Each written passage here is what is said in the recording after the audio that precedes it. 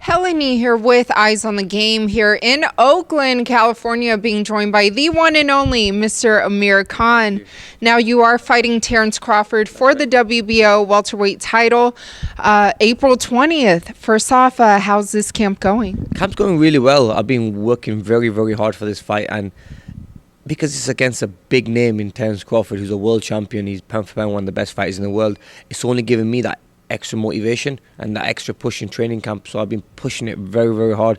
I have to say, compared to my last two fights, I'm in such better shape now. I feel stronger, I feel quicker, I feel sharper. Body's aching a little bit, but I know by the time fight time comes, I'll be nice and fresh. Yeah, I mean, is this normal though for your body to kind of ache during the camp? Definitely is, yeah. I mean, your body needs to hurt. You want it to go through that pain barrier where when it gets close to the fight, that's when you ease down on the training, and that's when your body kind of recovers. But yeah, I like to push my body very hard now. I'm like 4 weeks away from the fight. So this is like the crucial bit now where the hard sparring has started, the hard workout, the hard mitt work, the drills, the running, the sprints. So I'm doing all that at the moment. So I'm not leaving anything behind for this fight. I'm giving it all. And what about being reunited with Virgil Hunter? Because I know you did look great your past two fights, but he wasn't, coaching you for those because he was sick, right? That's right, yeah. So Virgil got sick when I was in the camp for Le Greco, and I then needed another trainer, so I quickly had to pick a trainer. So I chose to train with Joe Goosen. So did some training over in Los Angeles with him, won the two fights. And I just felt like I owed it back to Virgil again, because end of the day it wasn't his fault. He got sick, and he was in hospital for some time, and then I came to see him to see how he was, and he seemed okay. I had a conversation with him and decided to come back to training camp here, because I mean, one thing about the Bay Area, for me to train here is so peaceful. Honestly, it's what I need. It's very relaxed. There's not much going on.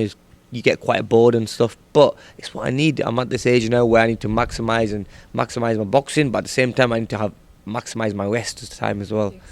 Whereas in Los Angeles it got a little bit busy. There's so much going on, and it was just so fast. Like, life was crazy over there. And a lot of traffic, right? Oh, traffic was amazing. I mean, it would take me literally around about like 35 minutes, 40 minutes to get to the gym, and it's only like 7 miles away. It's like crazy. Yeah. So he take me like 45 minutes to get to the gym, and then 45 minutes back, and so he spent like almost 2 hours just in traffic, But yeah, I think with the Bay Area, especially in this area that we train in Haywood, it's very peaceful, very chilled, and very quiet. Now, I'm looking at Terence, though. What do you see in him, and what do you kind of think that you have that no other opponents, the 34 opponents he's fought and beaten, what do you think you can do to beat him that no one else has been able to? So I think I'm very different compared to the other fighters he's faced. First of all, him moving up to 147, he's only had maybe 1 or 2 fights in this division against lower caliber fighters who I would probably beat myself as well. No disrespect to them, but I just feel that now he's fighting probably especially in his career, he's fighting the best fighter in this division at this time, and also he's going to be tested. I mean, I've got speed, I've got the power, I've got the explosiveness, I've got the size. So maybe this is going to be one of my first times I'm going to go into a fight as an underdog, but the bigger guy. Normally, I'm going into fights where I'm the smaller guy and I'm the underdog. But why is this fight? I'm the underdog, but I'm the physically bigger guy. I'm probably got the more experience. I've probably got the better resume. If you look at my record of fighters and who I've beaten and who I've fought, yeah, I mean, I've got a better resume, I think.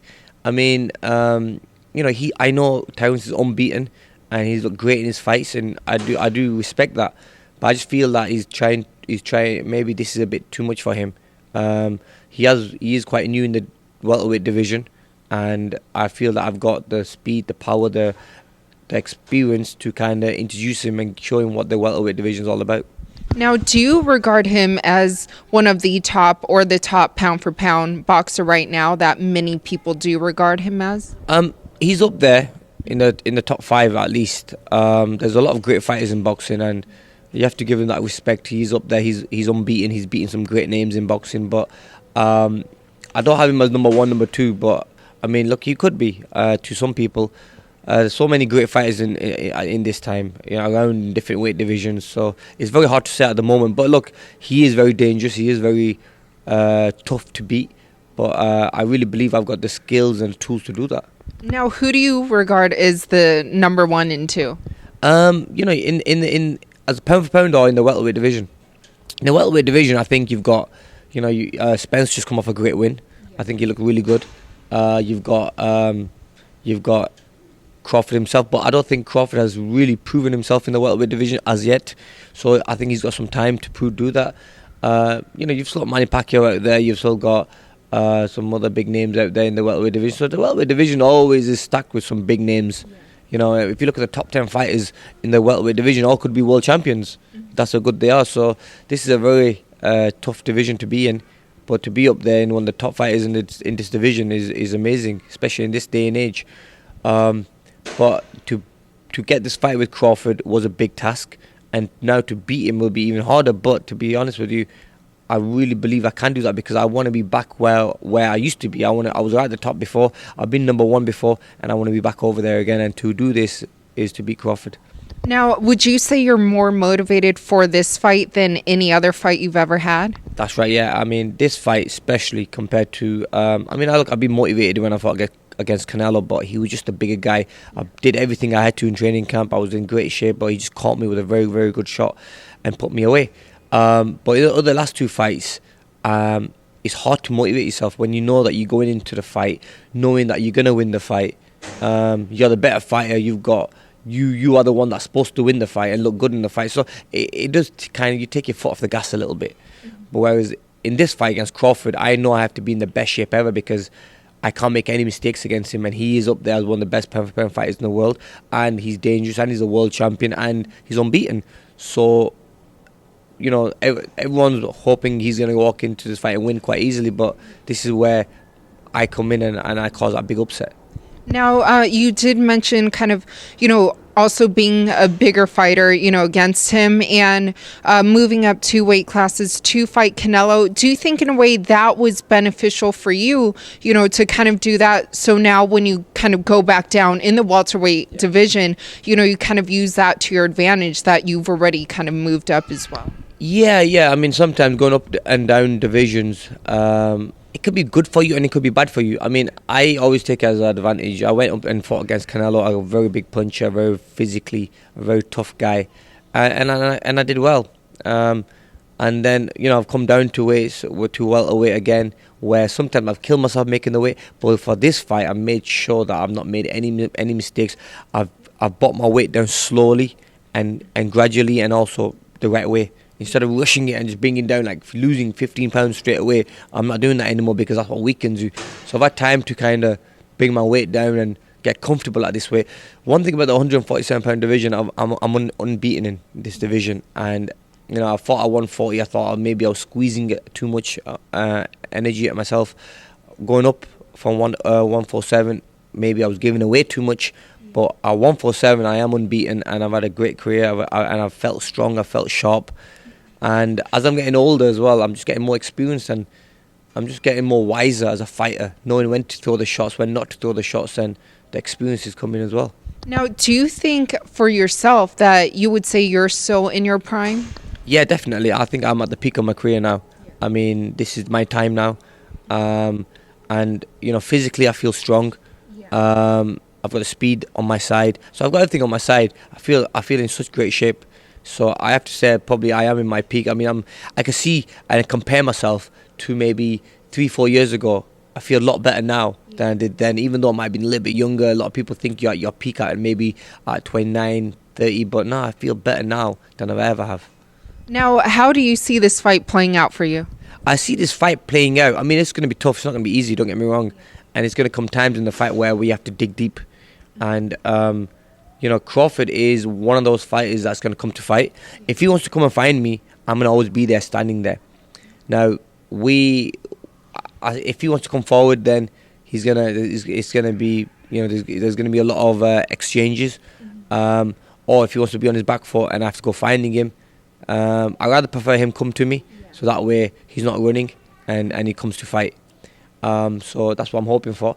But I'm just going to be smart in this fight, stick to my game plan, not make any mistakes, stick to instructions from the corner, from Virgil. And I don't see it I can't see myself stopping Crawford, or maybe I see going the distance and me winning on points. I really feel that I'm the better boxer at the two, and I feel that I can take it all the way to the end and win on points. And what would it mean for you to win this title? It'll be amazing to be a world champion once again, and to win another world title. I've never won the WBO world title. I won the others, but it'll be nice to become a WBO world champion, and also to beat one of the best pound for pound fighters in the world, because that'll put me right up the rankings. And the way I look at this fight is, instead of me having 3-4 fights to get to this, God's given me this fight, which is that one win that can get me right to where I need to be, instead of having 3-4 fights. And I am getting a little bit older now. I'm 32. I am beating my body up when I'm in training camp. You can't keep doing that, So this is where maybe God's given me this gift, where He's given me that one fight to get to where I want to get to my legacies, to my dream. You know what I mean? So this is it, man. So I'm gonna make sure that I give it all this training camp, and just take one fight a step at a time. Now, what did you think of Crawford's last fight against Benavidez? So Benavidez, I've known him a long time. He's a very good fighter. He's very strong, very explosive at times. I just feel that, after the incident he had in his leg, being shot in his leg, I think he's not been the same fighter since. He didn't move as quick as he used to, and he was just getting to Crawford quite slow, which suited Crawford, and Crawford was getting his shots off.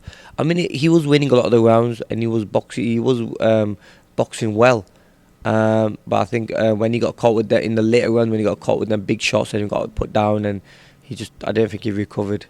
It was a big jump for him, because after a long layoff, he had one tune-up fight and went straight into a big fight. So it was, it takes a lot of bottle. He took a big fight on like that, but I think he should have waited a little bit more time. But it was a good fight. I like Benavidez. I've used to spar with him myself and train with him, so I think he is a very good fighter. But I think at that night, Crawford just had his number.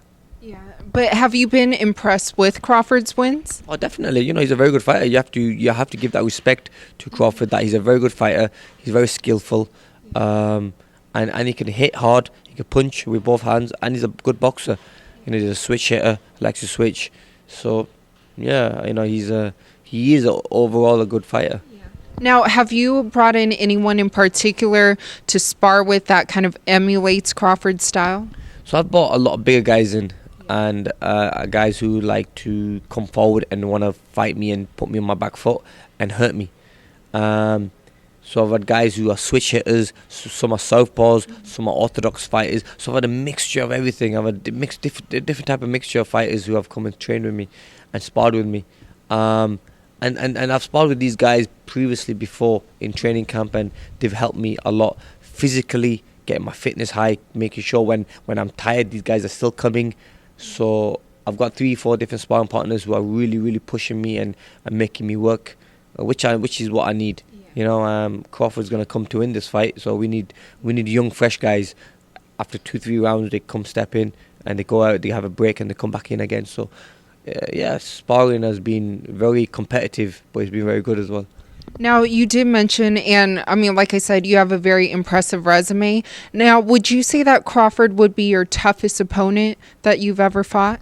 I wouldn't say that, no. I think my toughest opponent has to be Canelo. Canelo physically, and he's a very good boxer as well, which people don't give him the credit for.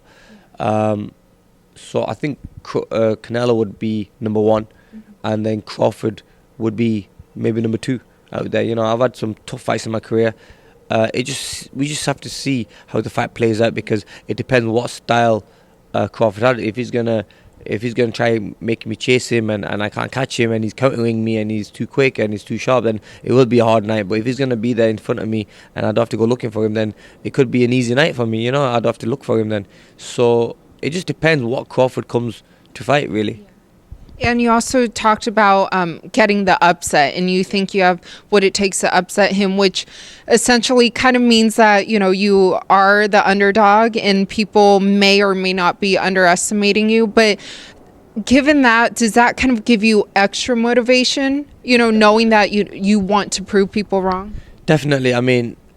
You want to prove the world wrong, and this is a fight I can do this in. And, him being one of the him being a world champion and one of the top pound for pound guys, people think I'm just taking this fight just for him to win. And I mean, there's other fights out there I could have taken against Kell Brook, which would maybe make me a little bit more money than this fight.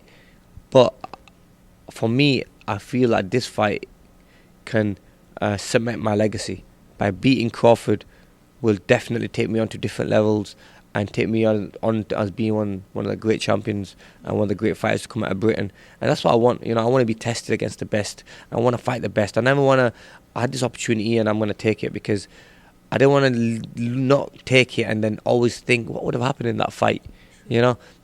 I feel that Brook fight's always going to be there. We're both from Britain and that fight's always there with the same age. But Crawford, I don't know if I was going to get this opportunity to fight for that pound for pound title again, or maybe someone else comes and beats him, then I ain't got the opportunity to beat him. So I'd rather be the one to take that all away from him. Now, what was your initial thought when that fight with Crawford got presented to you? At first I thought, I was thinking he's a 140-pound fighter, but then I had to look at his previous fights and he had just fought Jeff Horn and Benavidez. So I saw them for those fights and he looked really good, and I was like, okay, it's a fight I know I can win and I can do really well in. I know I'm better than both fighters, Benavidez and Crawford. So what do I need to do into this fight? I just have to be a bit smarter and I have to be physically in my best shape. So that's why. So I had a chat with my team and we all agreed the same thing, and we said, yeah, you know what, we take this fight. I mean, a lot of these people are going to be sleeping on me on this fight. They're going to think, oh yeah, it's going to be a one-sided fight, but I don't see it being that way.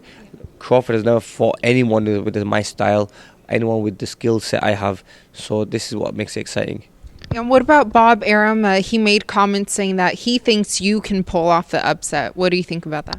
I mean, it's true, because look, Bob's been in the game for a very long time as a promoter, and as a promoter who's promoted many great fights and fighters. He knows that sometimes upsets can happen like this, and he feels that with my style and the way I am as a fighter, when I come to fight, when I have to turn it on, I do turn it on, and he knows that in me. I'm that type of fighter that once I get a chance, I'm gonna go and grab it with both hands.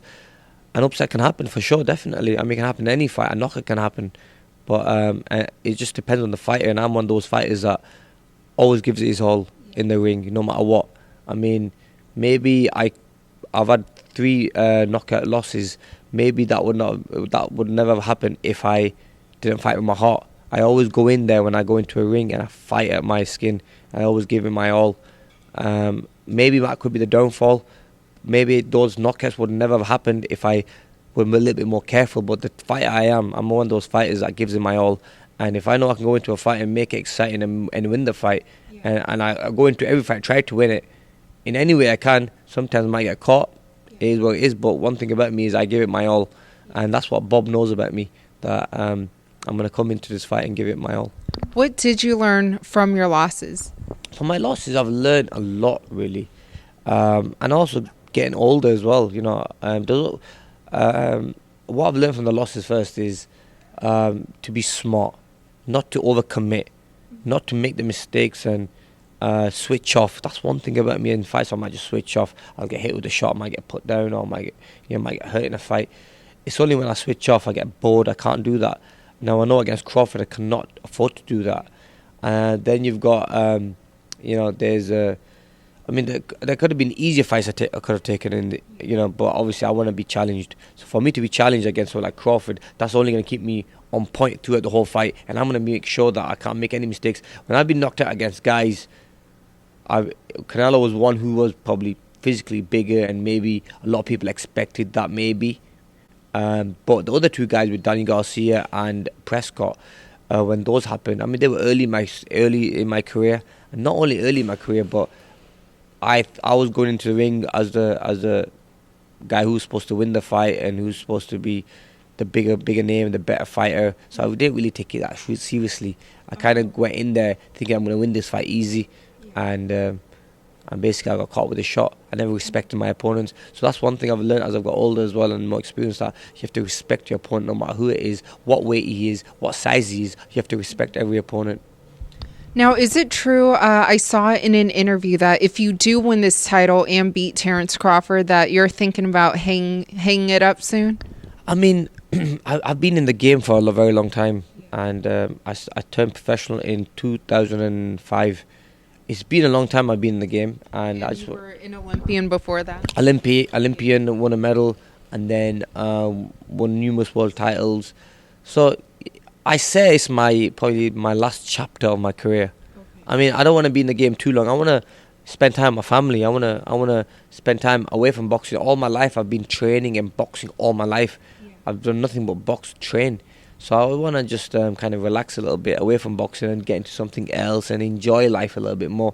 My life's all about just training and boxing, really. Yeah. But I think I can probably count on one hand how many fights I got left in me. But yeah, I don't want to be fighting too long now. I've got this fight against Crawford. I beat him out. We have a rematch, and then maybe one more after that, and then call it a day.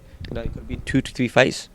Is there a rematch clause in this? Correct, there is, yeah. Okay. Which gives me a little bit more confidence, really, because I know that if there's a rematch clause there, then there's something to worry about. Yeah. When there's a rematch clause, so really there is a rematch clause there, and I feel that there's something they know, or they just want to make sure that they have that fear in them that if God forbid, and there's a chance that Amir could win this fight. But is there, aside from Crawford and the potential rematch, is there any other names in mind that really intrigue you before you retire? Oh, definitely. I mean, look, you've got Manny Pacquiao, which is a fight that's been talked about for so many years and it's never happened. I mean, me and Manny are friends, but we know it's a business. So that'll be a brilliant fight because stylistically it will make a great fight. And then you've got other names out there in the welterweight division. You've got rematches with Danny Garcia that can happen. Okay. That's another good fight that would be good to have. And then so we beat Spence. Crawford. Then Spence is there as well. There's so many big names in this division, and then you got Kell Brook as well in the UK. So many big names I could fight, and I'm very lucky to be in this position where I could get them fights as well. So I'm very fortunate to be one of those fighters that can get them, and hopefully win them as well.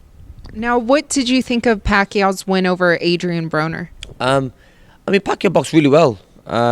I like Adrien. Adrien is a funny character. He's a great buzz to be around.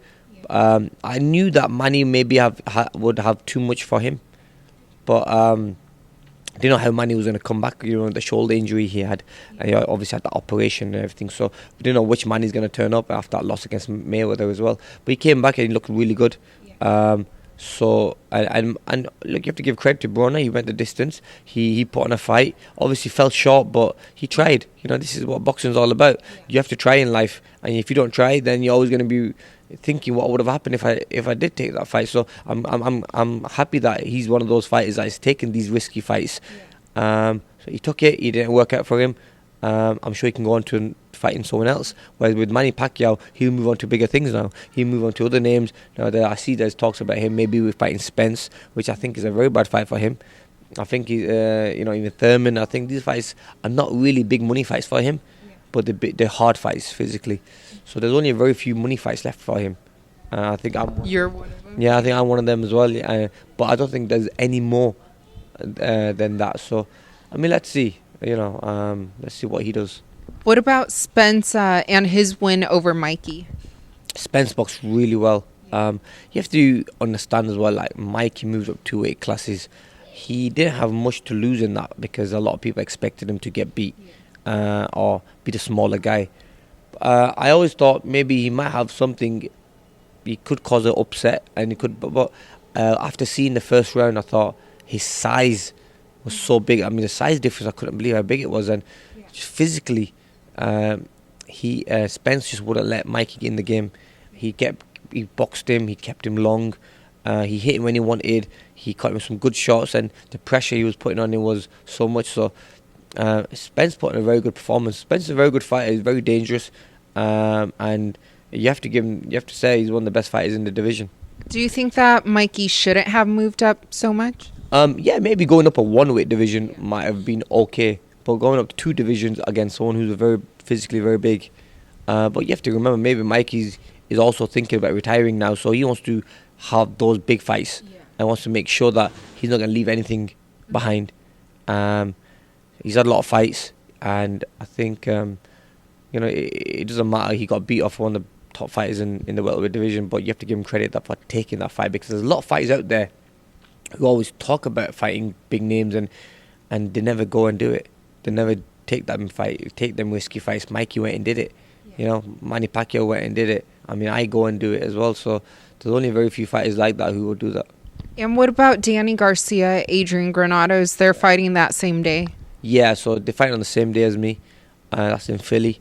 I feel that Danny will win this fight quite comfortably. He's a bigger guy, physically, stronger guy as well. Has more experience, fought better opposition, beaten better oppositions, and I think this would be like more of a tune-up type fight for him. No disrespect to Granados, he's a tough character. He always gives all his fighters a tough time, but I don't think he'll give.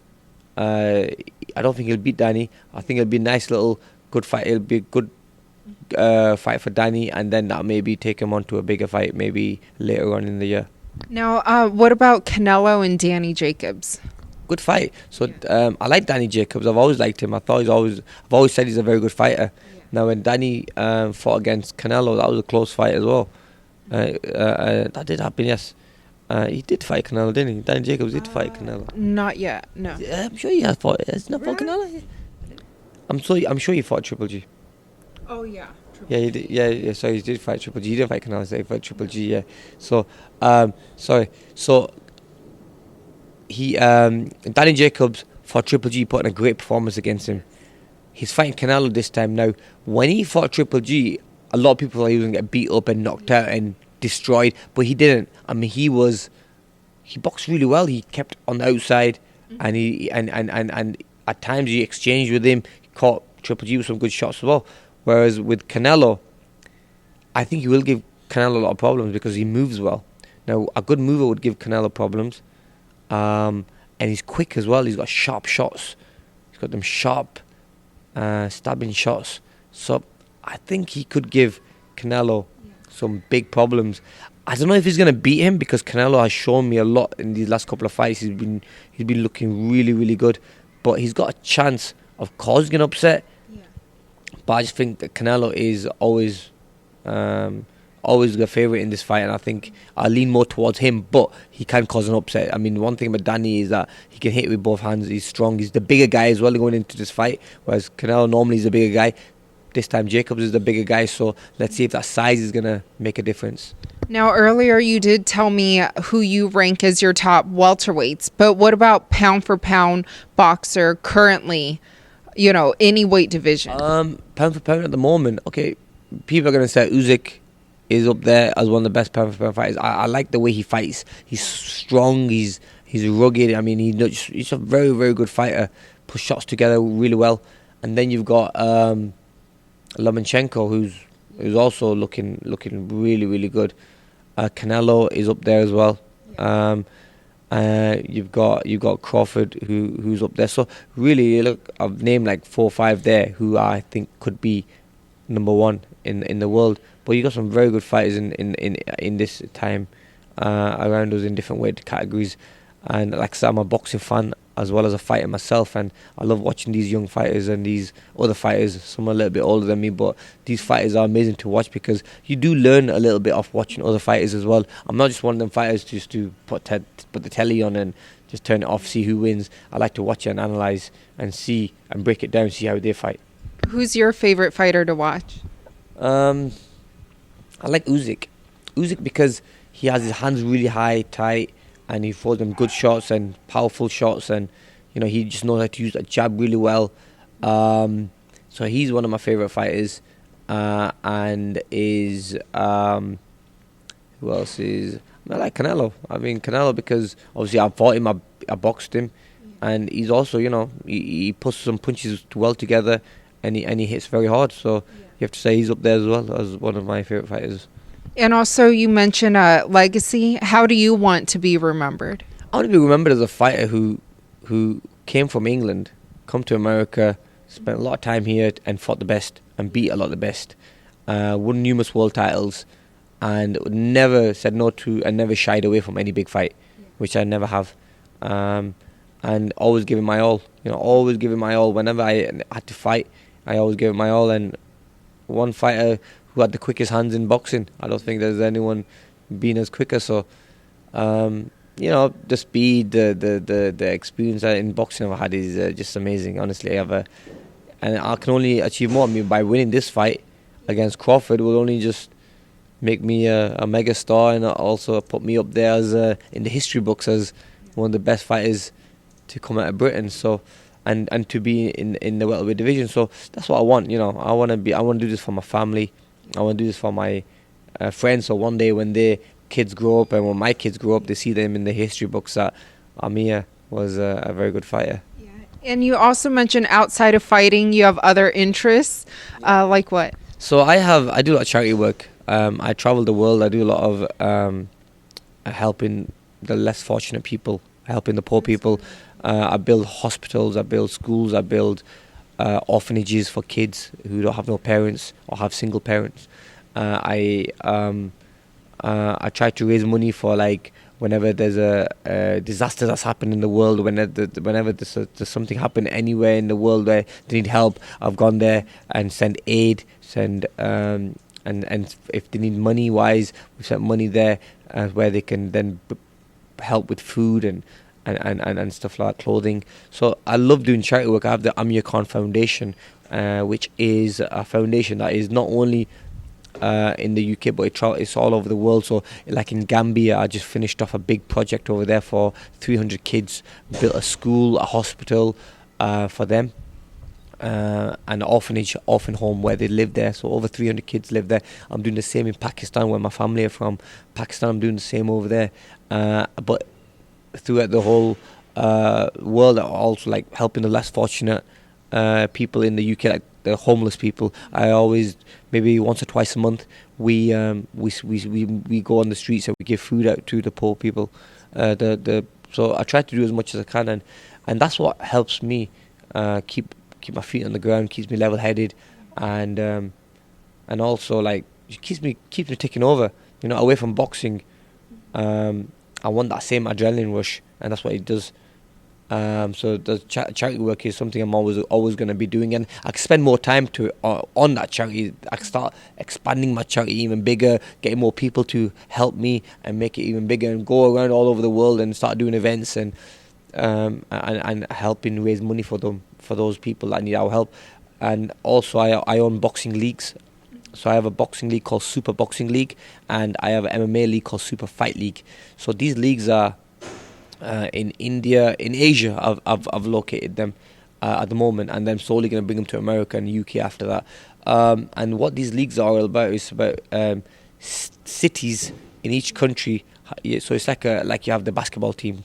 It's like they're like so you'll have for example, you'll have if it was in San Francisco, if it was in America, we'll have a San Francisco boxing team, we'll have a New York boxing team, we'll have a LA boxing team, we'll have a Miami boxing team, and there will get the opportunity to pick 6 fighters and 1 woman, and it'll be a point system. So you fight city versus city, or state versus state, state versus state. So I've done it in India, I've done it in Pakistan as well, and it's been big success, because what happens is fans always want to follow their major state. They want to follow their state, and their state might have 8 fighters plus another 8 reserve, so there's 16 fighters there. So they're going to be supporting their team. So it's like soccer, how you have teams. I do the same thing there. So me and my partner, who's from India, and he's from Dubai, sorry, we have put this league concept together now, and hopefully this year will be a big year for us, because we've got Manny Pacquiao on our side for the Philippines, who's took the rights for the Philippines on this boxing league. I've got Turkey already sold out. I've got England, I'm in talks with a couple of fighters there. Pakistan is done. India is done. I've got Zhu Shiming looking good for China to do one over there. So I'm doing a lot of boxing league stuff. But I started off in Asia, and we made a few little mistakes at the start, but then obviously now it's up and running properly. Same with the MMA. I have the same concept: state versus state, city versus city, and it's all about team and numbers. And it's not only about when you go in the ring and use a normal fight. What we do is a point system. If you get a knockout, you get X amount of points. If you get a stoppage, you get X amount of points. So what happens in there is, I've seen it myself firsthand when I was in India, when I had it over there. There was a team which was down by 3 points and they need maybe the knockout. So they go looking for the knockout, and the knockout is 6 points, and a normal win is 3 points. So as soon as if they get a win, then it's going to be 3. It's going to be a draw. But if they need the knockout, what's happened sometimes when you're looking for a knockout, you get knocked out yourself. Or sometimes you might get a knockout. So the whole crowd's behind you. I mean, it's amazing, honestly. When there's a point system behind it, which what we've done, it's amazing. So this is called Super Boxing League. You can probably Google it and check it all out as well. It's an amazing concept, and that's what I want to get into. Is it televised? Yes, we have in India we have Sony ESPN, who televise it. And in Pakistan we've got a couple of channels. It's been on and off, ARY and other channels like that. So yeah, it's doing really well. And hopefully when we bring it over to this side, we'll be talking to the big companies and seeing who wants it. When do you think that would happen? I think within a year, really. I need to spend a little bit more time on getting over here. I want to get it right in Asia first, the next one I want to do is in the Philippines and Pakistan. Pakistan's going to be in 2 months. After my fight, it's going to be a month after. So as soon as that's all done, then I'll do Philippines and China, and then I'll move to America and England. You are a man with many hats. You stay busy. Yeah, no, I love staying busy because I'm young and this is my time now. I want to keep myself busy and do other things. And at the same time, I'm doing all my real estate elsewhere. I've got a team everywhere doing other things. Yeah, I do a lot of real estate in the UK and stuff like that as well. So it's about having the right team. One thing I realize about life and about being a fighter, it's a very lonely sport when you're in that ring. But outside the sport, you need a team. You need people that you trust, people who can help you. You know, you can't do everything yourself. So I'm lucky to be in that position where I've got a team. So like I've got people helping me on my real estate. I've got people helping on the boxing league. I've got people helping me on my charity. So I'm very fortunate to be in that position. And that's great that you stay loyal as well, like you mentioned about Virgil and everything as well. Exactly, because you know life's too short, and you have to always be loyal. You have to always be respectful, and you have to always appreciate what God's given you. Because today you're here, tomorrow you can be wherever, and at least people then realize that you're always nice to them, and they're always going to show you that respect. Exactly. And then before we were on camera, we kind of briefly mentioned Conor McGregor, and that you guys are friends, right? Yeah, I met Conor a couple of times. So I got invited to Ireland, and I met Conor over there. I had a really good conversation with him. Sometimes you meet fighters and you think, oh, he might know who I am, he might know the name, but he saw me and he stood up and gave me a big hug and Amir, how's it going? And he's like, he was so funny because he was just, it's like he was weighing me up, he held me like that, and he was huge. I mean, I couldn't believe how big he was physically. He was massive. On television, you can't really tell how big he is, but when he stood next to me, I mean, I'm quite big in the 147-pound division, but he looked huge compared to me. And we had a really good conversation, had a chat, took some great pictures together, and that was it. Yeah. What do you think about kind of the controversy that has been surrounding him, though? Yeah, I've been reading a few little things. I just think that, what he needs to do is get back in the gym and get back focused again, because a fighter can sometimes lose a plot when he's away from what he loves to do. He's a fighter, is Conor. He's known to be a fighter. We just want him to be back what he does best. And he's a lovely guy. He does a lot with the community as well. But people don't like to show that part of his life. They like to show the bad things that are happening. And you always get that negativity. I mean, a lot of fighters will get that negativity boxes. But with Conor, I think, especially with the UFC, they've always just pointed a finger at him, because maybe he's the biggest name in the UFC, and they've just tried to put him down. But we all know he's a nice guy. And I like him. I've always respected him. He's respected me when I've met him. But I just feel like, why he needs to be is in the gym. He needs to stay busy and let his aggression and energy in the gym. All this stuff that's happening around him, I think, could be a downfall for him. I think the place where he needs to be and where he needs to stay focused is in the gym, and that'll help him a lot. Did you watch his fight against Khabib? I saw that fight, and Khabib put on a great fight. I mean, I'm a big fan of Khabib as well. I've never met him as yet. But I'd love to meet him, and look, I'm a fight fan. I love watching these fights, and Khabib is an awesome fighter. He's strong, just he's like a bull, you know. And what he did to Conor in that fight, I mean, wow, it was it was amazing. I mean, like, so much power he had, and every time Conor was hitting, we were hitting with the shot, he was not feeling anything. So I mean, you have to say he's an animal. He's a beast. He is a bear. But it was good to see how humble he was after the fight as well. I mean, I know a bit happened that he jumped over the ring. I think he didn't have to do that. You know, he just won a great fight. I mean, he's a very humble guy normally if you meet him, and I know a lot of people have met him.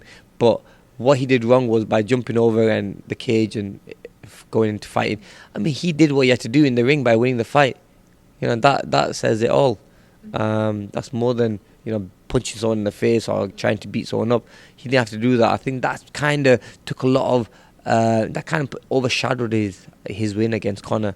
You know, a lot of people were talking about that thing that he did afterwards. Whereas if he had just been a little bit more professional and said, "You can say what you want about me. I'm just I beat Conor," and then he had left, he would have got more and more respect. But look, we all sometimes, when you're in a situation like that, we all make mistakes, and I'm sure he knows he made that mistake. And but you know, since then I've not heard nothing bad about him. He's doing great things. He does a lot of charity work. What I like about him as well, and he's just a family man. Yeah, and who's your favorite MMA fighter to watch? My favorite, I like Khabib and I like Conor. I like them both. So when they were fighting each other, I was like, wow, I'm getting both of my favorite fighters. I'm getting to watch them, you know. So I like them too. I used to like Saint Pierre. Yeah, Josh Saint Pierre. I trained with him in the wild card as well. I don't know if you remember the Wolf they called him, which was Ondrolovsky. I remember him. Yeah, Andrei Arlovsky. Yeah, I used to like him as well because he was a beast, and I trained with him as well in the wild card a couple of years ago. And then you've got Fedor as well. So there's these are quite old ones. I've not really been taking much notice of the top ones, the new ones, like the guys who are out now. I've been so busy with my own boxing career, but before, when I was well into it, was those days. But I've said now you've got people like Khabib and McGregor who are putting all that hype into MMA again, yeah. And Nate Diaz. Yes. Nate, yeah, we was talking. Do you know him? Yeah. I know Nate. I've met him a couple of times. Lovely guy he is. Honestly, like, you would not think he's a fighter when you meet him outside the cage. He's so humble, so calm and relaxed and chilling. He'll have a great chat with you as well. And he's been to the boxing gym. I've trained with him at my boxing gym here. He's come to spar with a couple of the guys. Very humble, would give time to fans, and that's what I love. That's what I love about most sportsmen. When I meet them, I don't want to judge them by how they meet me. I judge them how they meet other people around me, like my friends or the other people, because that's when you know more about a person, because he was so nice to everybody, and that's when I thought he's a very good guy. Yeah, and do you think that the MMA fighters should cross over to boxing? Sorry about that. I mean, I think it's a different sport. You can't really say that it's gonna they're gonna go into boxing and they're gonna do so well. They're gonna fight. I mean, look, MMA is a total different sport. You're grappling. You're putting fighters down your knee. You're kicking. I think it is. I don't think you use your elbows, but there's a lot of grappling going on, and so it's very different to boxing. So I think it's a mistake when an MMA fighter goes into a boxing ring, because he's only allowed to use his hands, and he's up against a guy who's been using his hands all his life, a boxer, and they're going to get destroyed. I mean, we saw it when Mayweather fought against McGregor. McGregor just had no chance against Mayweather. Maybe he caught him with some good shots, but Mayweather was the veteran in boxing. Mayweather was a fighter who had the experience and fought some big names and is unbeaten in boxing, and nobody can touch him. So for him, it was like just a walk in the park, it seemed to me. Whereas McGregor, because he wasn't used to it, I mean, he's normally used to kicking or grappling. He couldn't do that in the boxing ring, so it kind of made it very hard for him. Yeah, but I do know that you are a very busy man. I greatly appreciate your time. You are fighting Terence Crawford April 20th at Madison Square Garden. Do you have any words for all your fans? I just want to thank all my fans. Honestly, they've been brilliant. The following I have on social media like Twitter and Facebook and Instagram. Billions. Honestly, it's amazing, and I get so many great comments off you people. You guys motivate me. All my fans motivate me. Without them, it would have been very hard to motivate myself to go into fights. I'm 32 now, and I've had like 37 fights. So just want to thank you guys, man, for being there for me, supporting me, and hopefully come April 20th, I'm going to do you all proud.